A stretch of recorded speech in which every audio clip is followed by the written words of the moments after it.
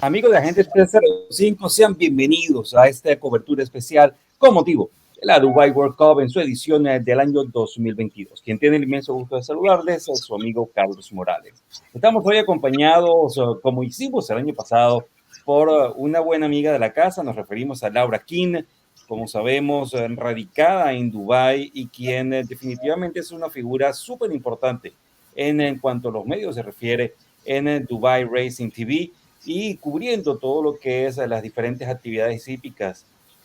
E incluso la hemos visto visitando diferentes países, tomando parte de lo que es la actividad hípica en Sudamérica, como en Uruguay y en el latinoamericano Jockey Clubs del pasado año 2021. Laura, as always, it's a pleasure to have you here in Agentes 305. Thank you for having these minutes to share with us a little bit ahead of what is going to be the Dubai World Cup in this year, 2022. Oh, no problem. I'm always happy to talk about the Dubai World Cup, especially this year when we get to have the crowds back. It's going to feel like 2019 all over again. Yes, and that's a comment that it brings my first question. How is the COVID situation right now in Dubai? How is everything going to be managed? I assume definitely it's in a positive way and a positive trend, just because the crowds are going to be back. But how is the sense locally on that situation? Yeah, they've done a really good job here with the vaccinations, with driving down cases. We had a little bit of a rise in cases the start of the year, but now right down, they've removed a lot of the restrictions. You only need to wear face masks indoors. We used to have to wear them outside as well. Now only inside, so I imagine that will apply to the indoor suites and things like that at Meydan as well. But yeah, we're lucky. We're pretty much back to normal here, and at least that's how it feels at the moment. That's nice. But also the other thing that has been shaking is the weather. It seems that it's going to be actually hotter than last year. Yeah, we're going through a bit of an unseasonably hot spell at the moment. The temperature, the weather forecasters tell us it's going to drop a little bit, so that's good to know. I think it probably will be back to normal March temperatures by the time you all arrive next week. I hope so anyway. But anyway, we start fairly late for the Dubai World Cup. The first race, the clásica, is 3:45. So I'm not expecting it to be much higher than kind of mid-20s perhaps for the first race. That's nice. That's good to know. And we look forward for a sunny and a warm day on the Dubai World Cup Day.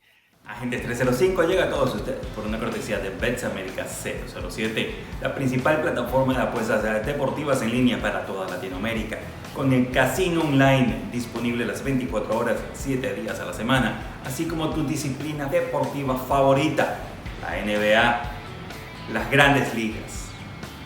El fútbol, no solo el fútbol americano, sino también el fútbol de las grandes ligas europeas. Y para nosotros, los amantes del hipismo, una gran variedad de opciones, ganadores, exóticas, Macquarie y por supuesto la polla hípica que está dando la hora en cuanto a jugadas hípicas se refiere. BetAmerica 007, comunícate con ellos con estos números que están en pantalla o conéctate ya a www.betsamerica007.com y empieza a ser parte ya de la gran familia BetAmerica 007, porque con nosotros juega, gana y cobra seguro. Laura, before getting into all the good stuff about the DWC, I would like to go over you. Last year, you had the experience to go and visit our good friends on Uruguay. You were in the Latin American of jockey clubs that actually was won by Aerotrain with a good friend as Antonio Sintra is. Tell us a little bit about your experience with the Uruguayan and even with all the Latin racing fans. Oh, I had an amazing time. It was one of the best trips I've ever taken. It took 2 days to get there, 2 days to get back. I was only there, I think, for 3.5 days, but it was well worth it. And it's been brilliant because, as you mentioned, I spent a lot of time with Antonio Sintra and his team. So to be there when he had first and second in the big race with Aerotrem and Atletico El Cubano was amazing. And then to see Aerotrem come to Dubai, where he's been training for the past 3 or 4 months, and then to go on to Saudi and run that brilliant fifth in the Saudi Cup was fantastic. And he goes into the Dubai World Cup under the radar, but I think with a genuine chance of taking home a nice check.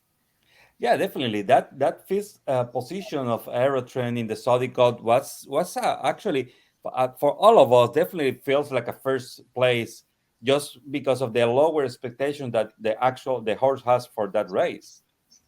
Yeah, I watched the race next to Hector, a broadcaster and very well known presenter over in Uruguay, and I was trying to film, so I couldn't really see what was happening. And he was shouting so loud, I actually thought that Aerotrain had won. But it was interesting the route taken through the race by that horse and the route taken by the winner, kind of starting on the rail, then coming wide. It was quite interesting in contrast with what some of the others did in that race. So I'm not sure if the 2,000 meters of the Dubai World Cup will suit him as well. But that was his first run for a little while. You'd think he might just come on a little bit fitness-wise. So I certainly wouldn't be ruling him out on the 26th of March. And now that you're mentioning those horses that have a long time without running, there's one that I know that you had seen in the track at Meydan, and we are talking about Country Grammar. Country Grammar have a long time without running. His first run was actually the Saudi Cup when he was beaten by less than like half a length by Emblem Road. How have you seen this horse adapting to the Meydan racetrack right now, and how do you see it towards what is going to be next week's performance? He looks great. He's adapted really well to the coming over the short journey from Saudi. My concern with him, you mentioned the layoff prior to Saudi. He would have had a tough race on what is quite a tiring racetrack over there. He ran a huge race and they did a great job to get him ready for it. I'm worried about the 4 weeks back for that horse. There's a danger he might bounce. But hey, Bob Baffert's a lot better at training winners than me. So we'll see. But that would be my worry for Country Grammar. But if you take that out of it, he's got to be sitting on a big effort because that was a huge run in Saudi. And you mentioned before we were recording this program that actually the plans as of right now, it's like William Buick is going to be the rider for Country Grammar in the Dubai World Cup. Yeah, that's the plans as I understand it. The only Godolphin representative at this moment in the Dubai World Cup is trained in France, Magny-Cours, and Godolphin France retained Mikel Barcelona. So he will ride that horse. I understand that William, who's actually been riding Hot Rod Charlie in a lot of his work here, but I understand that he will ride Country Grammar, which isn't at all a bad mount to pick up. Before getting in more detail in the U.S. horses, is there any local horses that had caught your attention so far, and what you've seen in preparation for the Dubai World Cup? We've only got a couple of locals in there, which are Hypothetical, who won a grade 1 over course and distance last time, and Remorse. A big fan of Remorse. He's a smashing horse. They're not good enough. They shouldn't be able to win, all things being equal. I think this race is destined, the trophy this year, to go to America. That's nice. So we will be cheering there for the U.S. horses. In that case, there's other horses that are as relevant as Country Grammar, but they are even more social forward and follow than Country Grammar. One of those definitely, I know that they just arrived. Our Life is Good from Top Pleasure's barn. Uh, have you seen this horse? No, I know you haven't seen it yet, like in person, but taking in consideration the performance, the previous performance from this horse and the way how he won the Pegasus World Cup, what do you think are the actual chances for this horse to be the winner of the Dubai World Cup? I still have Life is Good as my number 1 pick at the moment. I haven't seen him yet, as you say. He arrived last night. They have to do 2 days in quarantine, so we're expecting him on the track on Friday morning. So it'd be nice to go along and see him then. I think a lot depends on the way the track rides. On Super Saturday, which is our local day of trials, as you know, it rode very, very slowly. I'm not expecting that. It's going to be quite warm. The track traditionally rides fast. Even at that time of night, it won't ride as fast as it will for the earlier races. But I think Life is Good, assuming he gets a good draw, could just be too strong from the front. If there is a chink in his armour, Hot Rod Charlie, we know, will stay all day. Leandro Mora, the assistant trainer, says he's one of 2 horses he's been involved with that just doesn't get tired. He says he reckons the horse could run 2 miles, no problem. So if they go too fast up front, something like that happens. If one of the outsiders maybe makes life very difficult for Life is Good, it could set up for Hot Rod Charlie. So I think it's a fascinating battle between those 2, not forgetting Midnight Bourbon as well, because he's no slouch. But just on pure ability, I have Life is Good as my number one pick. Okay. Now that you mentioned Midnight Bourbon, and we're gonna save Hot Rod Charlie for the last. Midnight Bourbon. He's a very combative horse. He fight all the races. He has that issue of not getting the job done, as you can say like that. He has been rides for so many different riders. There were times that were people that were saying, no, it was this rider or this jockey's fault. It seems like the issue is actually the horse. He likes to battle. He don't likes to win. Have you had the chance to see the horse in the track? What's your take on Midnight Bourbon? I saw him in Saudi, obviously. I think he's a smashing horse, and I think he will pick up a grade 1, but I don't think it's going to be here.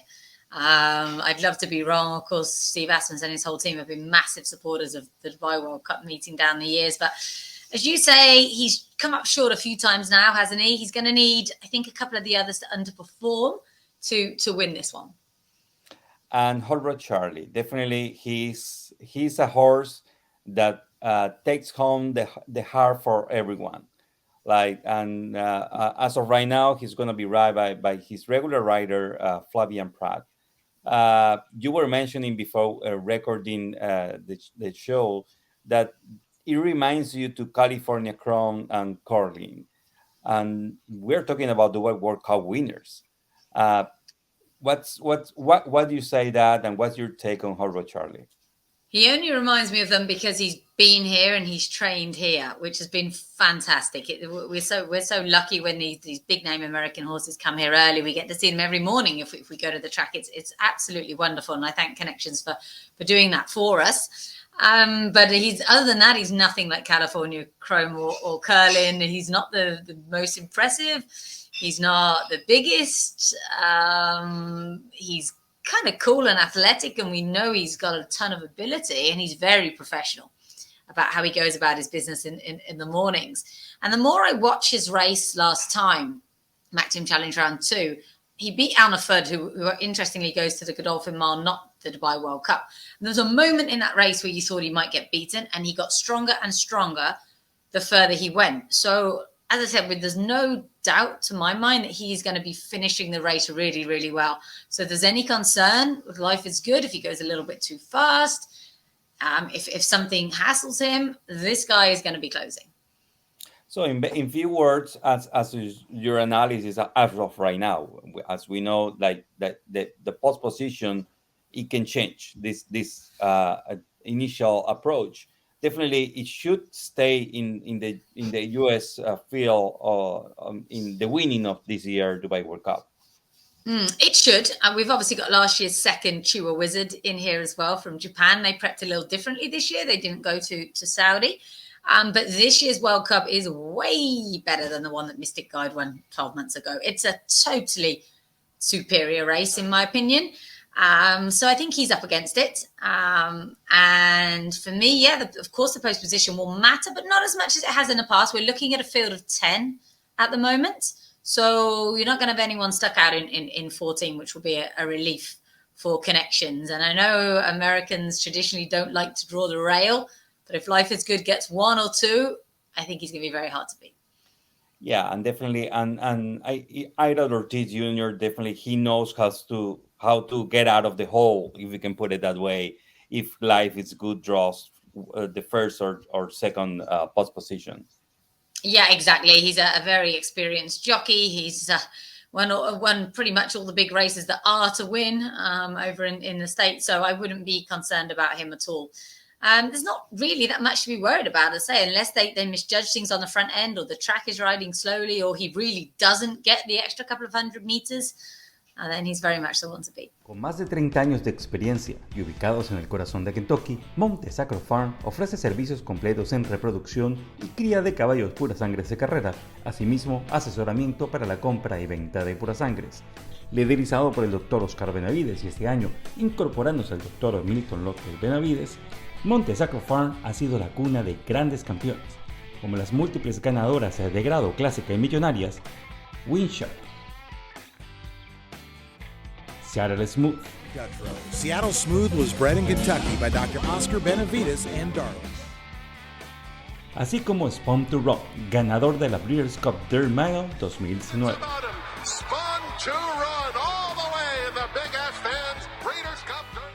Letruska.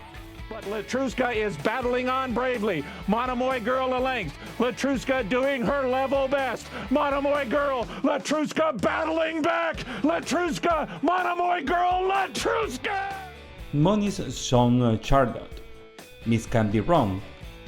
Joe Got Even. Maybe Wicked, entre muchos. Instalaciones de primera disponibles para temporada de monta, nacimientos y cría, así como para adquirir campeones donde nacen los campeones. Contáctanos. Montes Agro Farm, desde Kentucky, brindando experiencia y pasión de calidad para su pura sangre. Of all the different races that are going to be part of the Dubai World Cup Day, about the United Arab Emirates Derby, it's a grade 2, but it's a qualification, a race that serves as a qualifier for the Kentucky Derby. So Pinehorse is going to be one of those. But I know that there's a horse that everybody's looking for, like this is the Japanese. So what have you seen the Japanese horse, and what's your take on the field that is going to be in this year's Derby? Well, the Japanese have got a really strong hand in the Derby this year. They've got Seikifu, they've got Combustion, who interestingly is owned by Godolphin, Crown Pride, and Reiwa Hamar.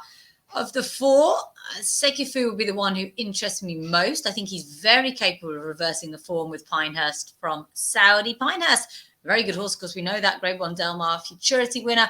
He's kind of clinging on at the end there, wasn't he? And that was over a mile over in Riyadh. So Seikifu was coming with a strong run at the end. I'd be concerned about Pinehurst's stamina over the 1900 meters. So that would be my worry for him. I think Seikifu is the clear pick of the Japanese. Combustion as well, only just scraped home last time over shorter. So he's a bit of a doubtful stayer. And then we've got some really intriguing South Americans in here. The Argentine Derby winner, Irwin, who got very sick when he came to Dubai, but they've got him right now. He'll have his first start for Antonio Sintra. We've also got Quality Boone in there, who just seems to thrive on his racing. He won the Bastakia last time, a listed race over course and distance, which hasn't been a good prep for the Derby at all. But the horse does seem to be getting better race by race. We know he'll stay. And there's also Kiefer in there, who I think has got a ton of ability. I really like this horse, but he's been a little bit too far back in some of his races. If the track is playing to speed, as it might do at that time of day, he's either going to need them to go very fast, or he's going to need to be a bit more forwardly placed. And the same applies to Azure Coast, who beat these two in the UAE 2000 Guineas. He's got a lot of ability, but he's done all of his work late so far, and I'm not sure if he'll get away with those tactics on World Cup night. The Japanese horses has proved themselves and internationally that they have what they need to actually take home the win. They had done it before in Meydan. The Saudi Cup Day was unbelievable, for say the least, taking half of the wins to the Japanese horses. Of the different horses that had been in the Saudi Cup that now are in Meydan, like Stay Foolish, like Authority, which are the ones that you have seen in the track that are the best in the best shape, or that you are looking for more to see and then trying to get the win in next Saturday? It's very interesting because it's the largest Japanese contingent that we've ever had here in Dubai. There's 23 of them in total. And I think the one who probably excites me the most, although he's in one of the best races, is Shariar, who I think is the tentative favourite at the moment for the Group 1 Longines Shima Classic. And he's a former Japanese Derby winner. He's quite lightly raced. He's got an awful lot about him. And I think he could just be the one in that one, although Authority, you mentioned, won really well last time in Saudi. So the Japanese look to have a strong hand on that race. They've got Glory Vase in there as well. So it could be a clash between them up against Charlie Appleby with Yubir, of course, the Breeders' Cup Turf winner. So I still haven't quite made my mind up on the Shima Classic, but I do think that Shariar is probably one of the best Japanese runners on the night, along with Schnellmeister, who lines up in the Dubai Turf. I think is a really interesting horse. Again, one who's still got an improving profile. And I think that's very, very dangerous in any of these races. Definitely. And now that you mentioned Charles Appleby, it seems I have read in the different horse racing platform news that he's going to be a key trainer to take into consideration for both the Al Quoz Sprint and the Dubai Gold Shaheen. He has very good horses for both cases. Yeah, the Al Quoz in the Dubai Gold Cup certainly. He has Manobo in the Gold Cup, who is unbeaten 5 from 5, and he hasn't beaten perhaps that much. Mm-hmm.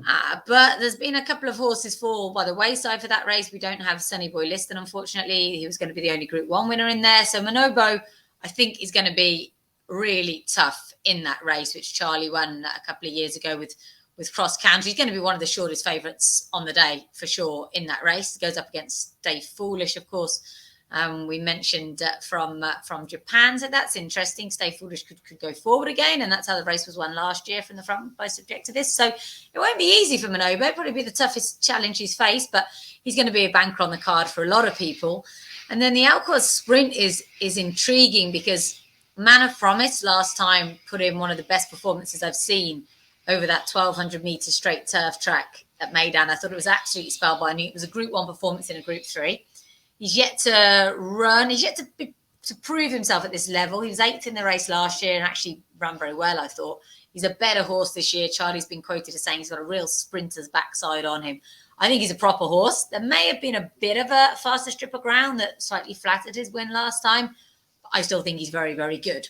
The concern is that we're only 3 weeks back. He ran such a huge race. Will that have left its mark on him? So he's got to overcome that.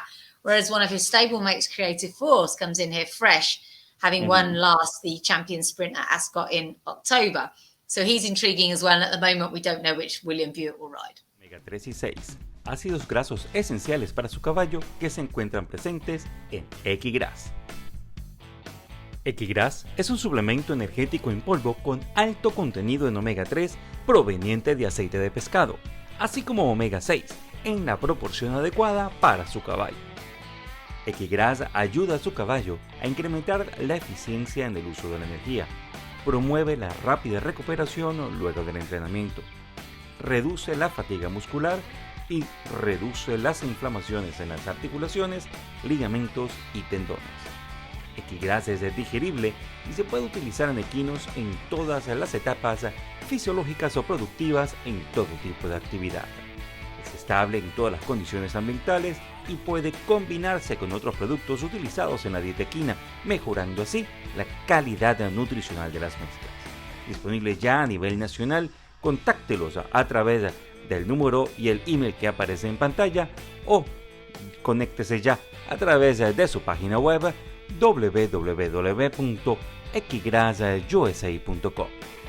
Equigras USA, orgullosos patrocinadores de Agentes 305, donde viven las leyendas del hipismo. And in the case of Secret Ambition in the Godolphin Mile, if he wins, and I read that in the Did You Know tweets that the Dubai Racing Club that has been posting, if he wins the Godolphin Mile, he's going to be the oldest one. He's a 9-year-old colt with very talent.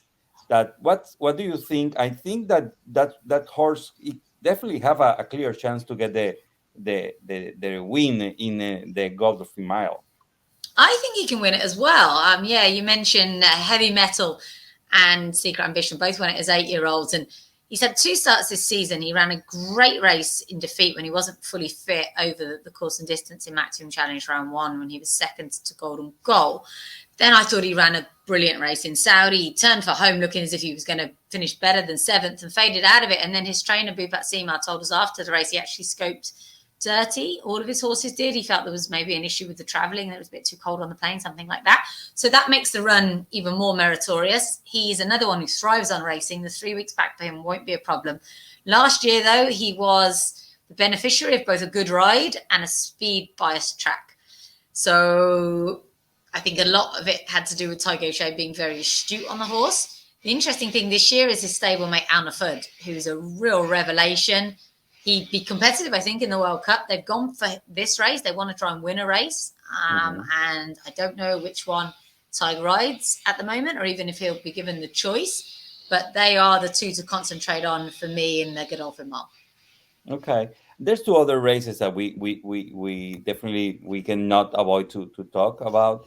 The Dubai Turf, where Lord North is going to try to revalidate his win last year with Frankie Dettori. Yeah, and Lord North has been quite the story. It was a very good performance last year. I just watched it back today and thought, wow, that was impressive. But then we didn't see him. He was scratched from Ascot, I think it was. We didn't see him all year. I thought he'd been retired, to be honest. Then they announced he was going to come back. He was going to run in this race again. He had a prep at Lingfield, ran very well, was beaten by Elenqua, who runs in the Longines Shima Classic.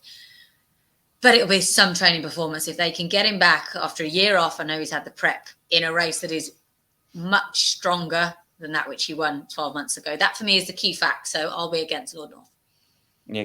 And the last one, definitely the 6 millions of the Group 1, the Dubai Shima Classic with Jibir from Godolphin. It's the big star. He won the Breeders' Cup last year back in November in Del Mar.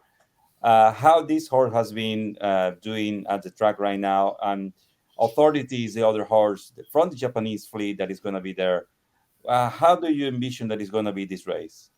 It's really interesting because Jibir is very talented. We know that, but he's also very, very tricky. So much so that Charlie opted to keep him at home in Newmarket rather than bring him here with the rest of his string. He wanted to keep him with his regular rider, keep everything that he knows intact. The horse just came over last week with Creative Force, who I don't think does have any issues. I think it was just to keep each other company. And they're both geldings. Jibir needs everything to go his way. If it doesn't go his way, he's inclined to sulk and he could just drop out completely. If it does go his way, I think he's the one to beat in it. I think he's a tremendous talent. He certainly looks very, very interesting to me in there. I'll probably side with him. For me, it looks him against the Japanese. I'd love to see Huckham win, of course, for Shadwell and Owen Burrows, but this is a much better race than the Group 2 over course and distance that he won on Super Saturday, the City of Gold. Well, let's see what happened, Laura. There's a lot of excitement. There's going to be a very interesting 26th edition of the Dubai World Cup with so many races. The first race, actually, I think is going to be the horses, the Arabian horses, that which last year was won by a French-bred Arabian horse. Yeah, Derian won it last year. He's back again. I'm intrigued by this race. We've got Qatari horses back. They're always very competitive. We've got Hadi de Carrere, trained by Thomas Forsey, who is the man when it comes to preparing these Arabians. He is brilliant at it. But behind them last time over in Saudi was RB Rich Like Me. I love this horse. He came over from the States. He's won both his starts at Meydan, and it's been like a paid workout. He's just won them from the front. I went to see him last week, and his jockey, Andrew Javri, thinks that the Saudi race in which he set the pace and finished third didn't take too much out of him. And he's quite confident he can reverse the form with Hadi de Carrere, who beat him last time. So I'll be siding with RB Rich Like Me and with a little bit of home team bias. That's nice. Well, let's see what happens. There's going to be a very exciting race car for March 26th. And we look forward to see you and to bring all this to all our fans here in Agente 305 and the entire U.S. Hispanics and Latin American horse racing fans. Oh, well, it's be wonderful to have you over here again. And let's hope we've managed to find some winners tonight. That will be even better. And quick question: how's your Spanish? You were in Uruguay. You had been in contact with Diego from Todo Turf. You have a lot of, just by the look of your face, please don't ask me anything in Spanish. Languages are not my thing. Despite going to Uruguay and despite spending a bit of last year in a Spanish-speaking country, I can still only say La cuenta, por favor. Okay, that's good. You're still ordering the check.